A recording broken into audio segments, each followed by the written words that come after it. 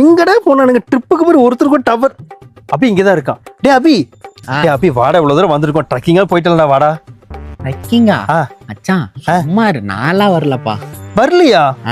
ஒரு மாசம் பிளான் போட்டு இப்பதான்டா இங்க வந்திருக்கிறோம். அப்புறம் ரெடியா உட்காந்துருக்க? டேய் நான் சும்மா ட்ரெஸ் சூப்பரா போட்டு 2 போட்டோ மூங்கில் மரத்துக்கு அடியில எடுத்துட்டு மறுபடியும் போய் உள்ள போய் படுத்துருவேன். எனக்கு வெளியில வந்தா செட் ஆகாதுடா. செட் ஆகாதா? என்ன உனக்கு கூப்பிட்டா வரவே மாட்டேன். சபரி டே வாடா, அபி கூப்பிட்டா வர மாட்டேங்கிறா. ஸ்விம்மிங் பூல் போய் குளிக்கலாம்டா. நான்லாம் வரல, போடா. வரலையா? டேய் வாடா மச்சான், ஆள்கிட்ட பேசிட்டு இருக்க, தொந்தரவு பண்ணாத, போயிரு. ஆளுகிட்ட பேசிட்டு இருக்கியா? ஏன்டா ஆளுகிட்ட பேசிட்டு இருக்க? அப்படின்னா வீட்டுல உட்காந்து பேச வேண்டியதானே? அதுக்கு எதுக்கு 15,000 செலவு பண்ணி இவ்வளவு தூரம் கூப்பிட்டு வந்தீங்க? வாடா.